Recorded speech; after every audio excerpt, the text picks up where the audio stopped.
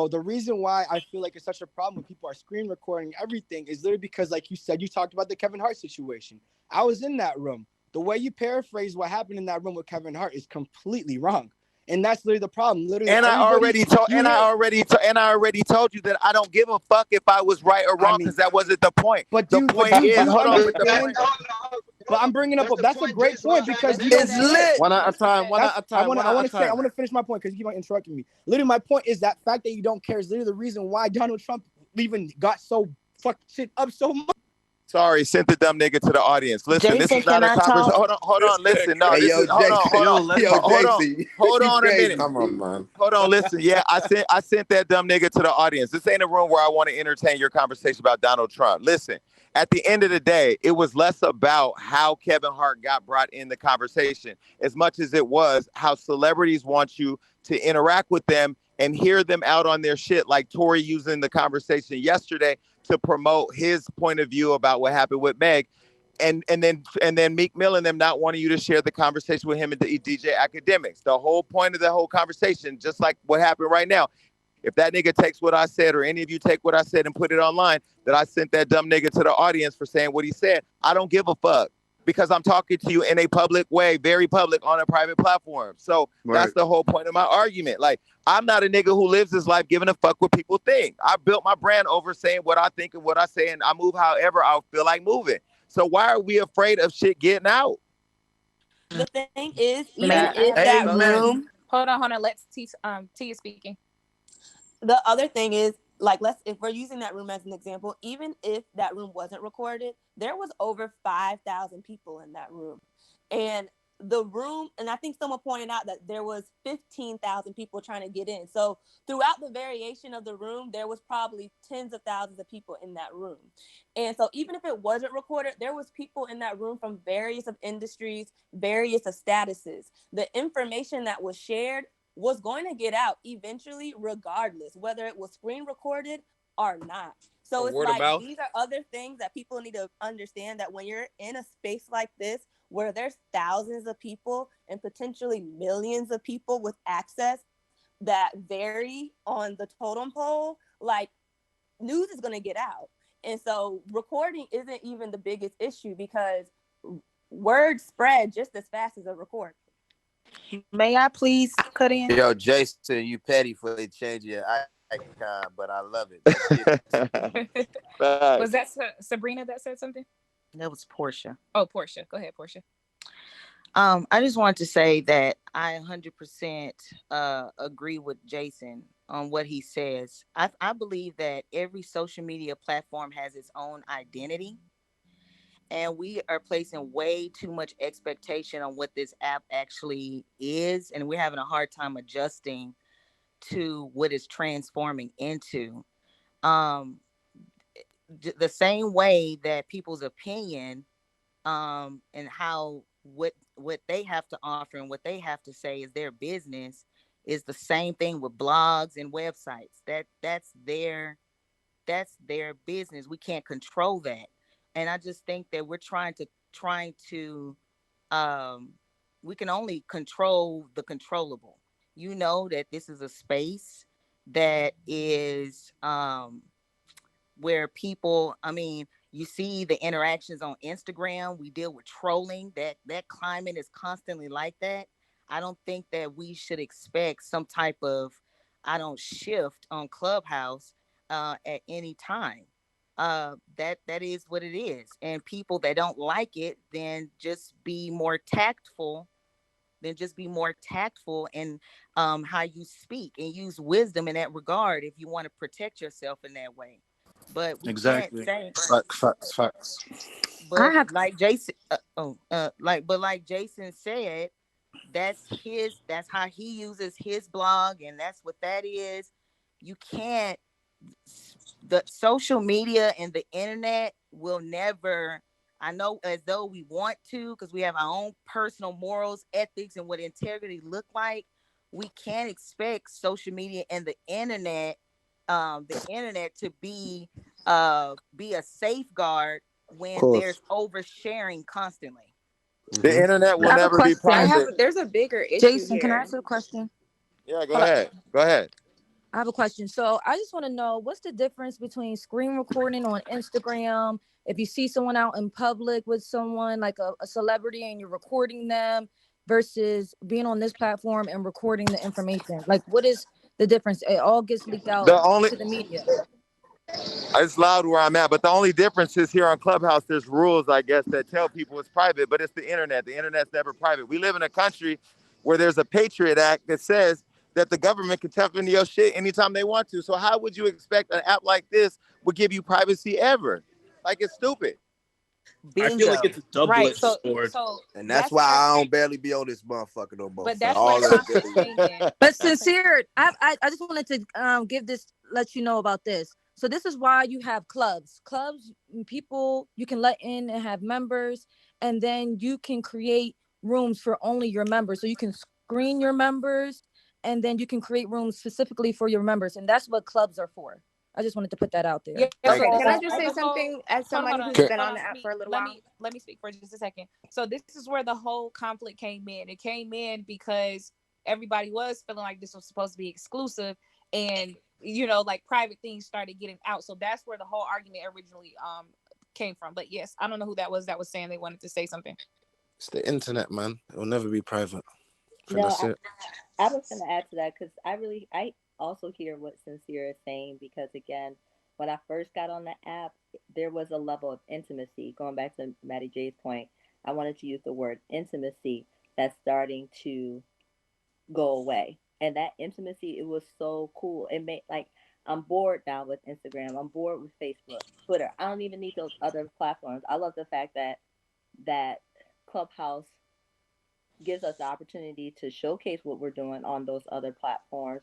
But the intimacy of the conversations and the intimacy of, like, I'm just getting a chance to get to know this person as a person versus person, that was a level of communication unlike anything else that I experienced. And I think many of us experienced. But Bernita, isn't that a problem with people's inability to handle transition? Like, it's growing. People can still create smaller clubs.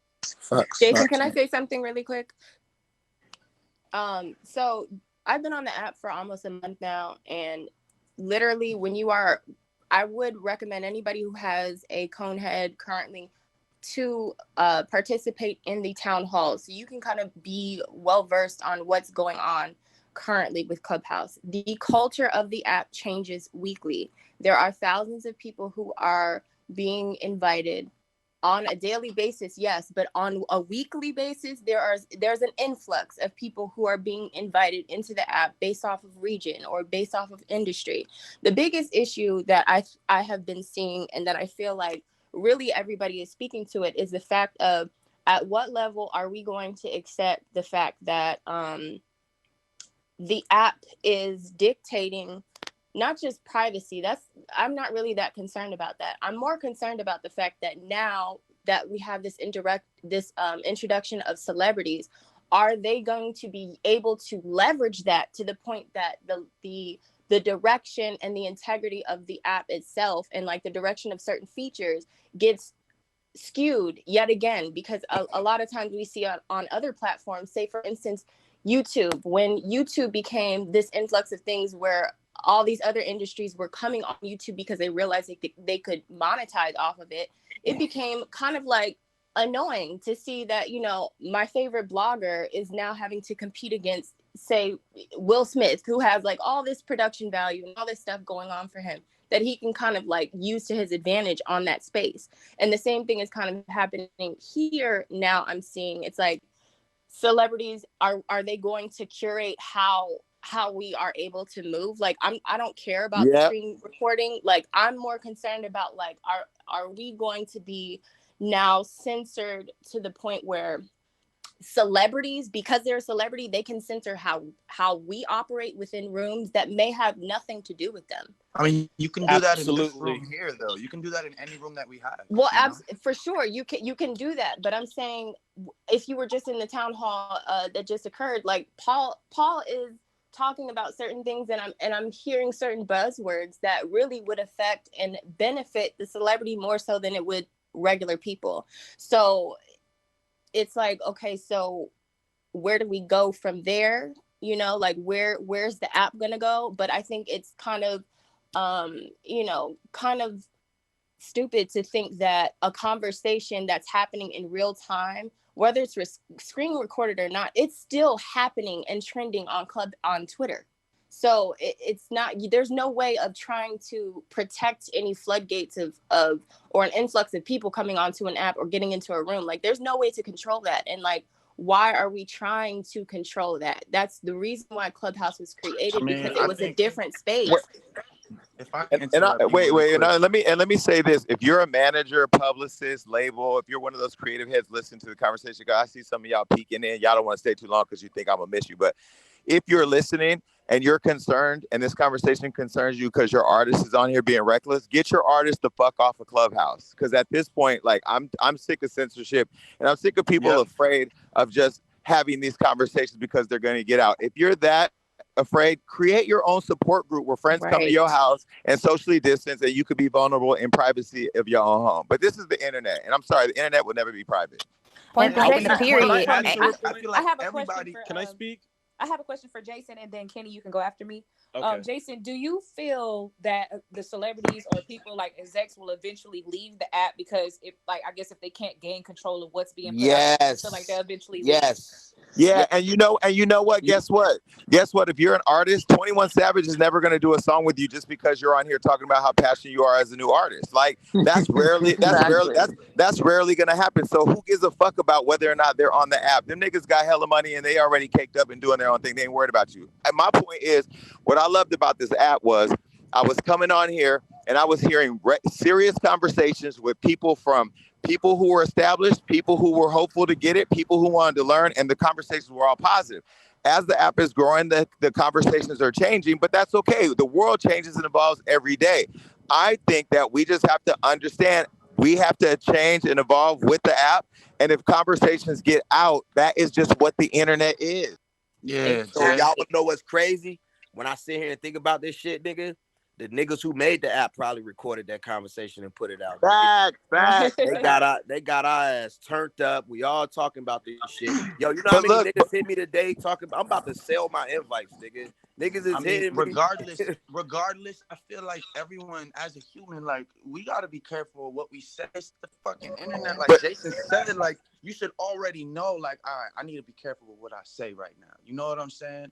Right. And I think Kenny had a point. We should all realize that as much as we think we have individuality on here, everybody is sheep. Like we're all a part of their plan. We're all a part of their marketing plan. Kevin Hart being an investor and him taking that private conversation public helped put more eyeballs on the platform. I want to see what their growth looked like that week. I bet you their growth was crazy. Can I say something? Well, Kenny was next, and then you can go.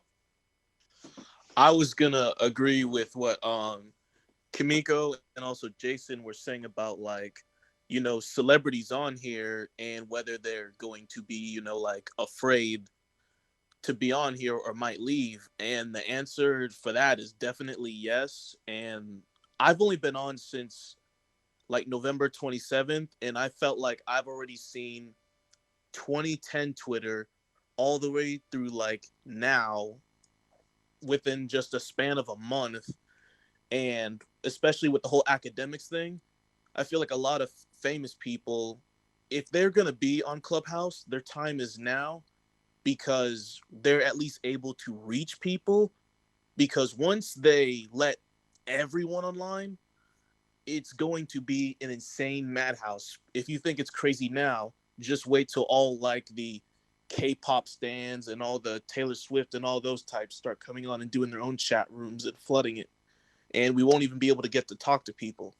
Like, I'm trying to use this space now as a way to get with as many people as I can, like even communicating with Jason. I have been with him in a few rooms, because once this goes live, I'm probably not going to be able to see him, or vice versa, because there's just going to be too many people on here.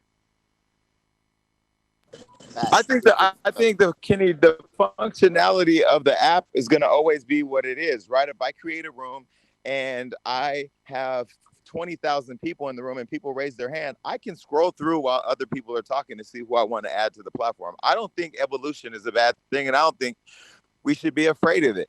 I think we should be afraid when we get more overly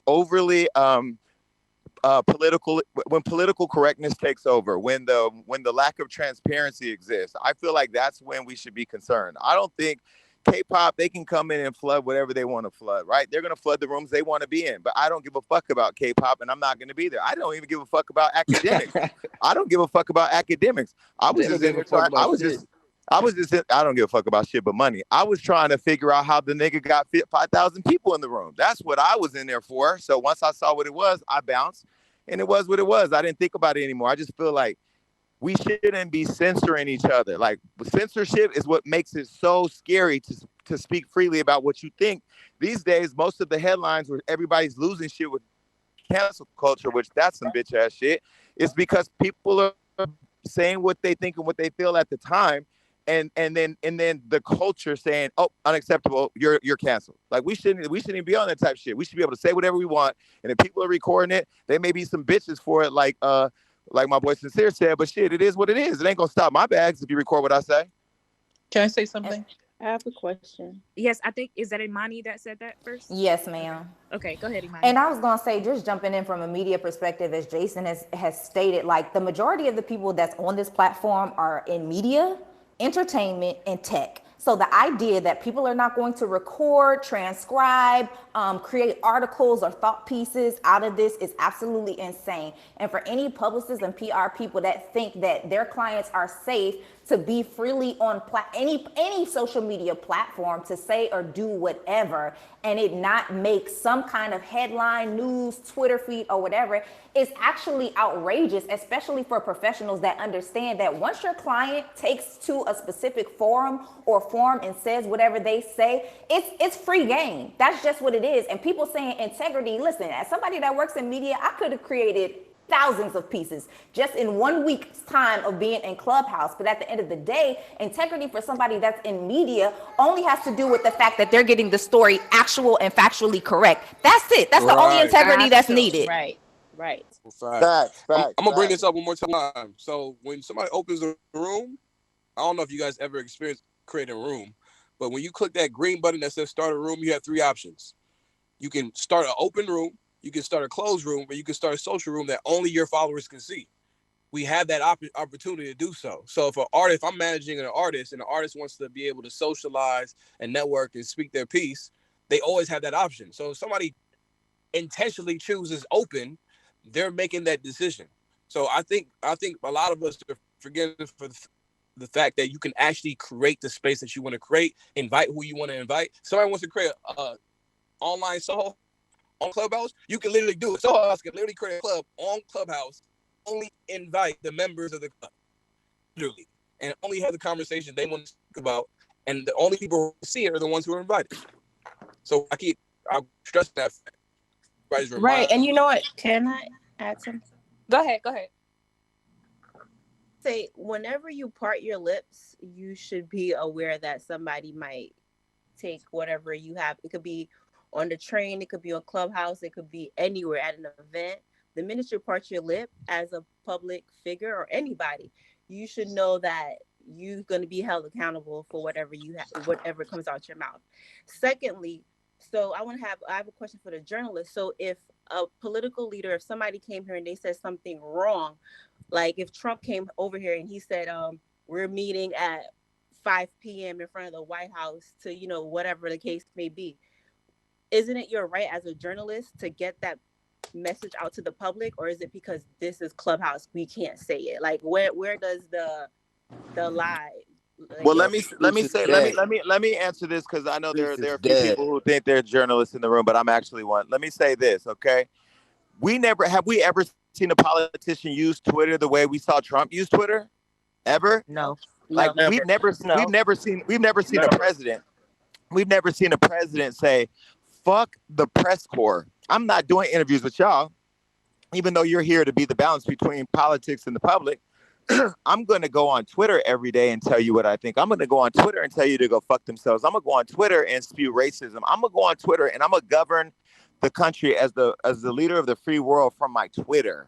So that's when I started seeing the real power of social media. It ain't about posting your hair and whether or not your lace front lines up with the part in your hair. It's not about all that. Social media has evolved from the bullshit that we used it for when we were 10 years ago when I was on Twitter saying stupid, crazy shit that today niggas be trying to cancel me for, right?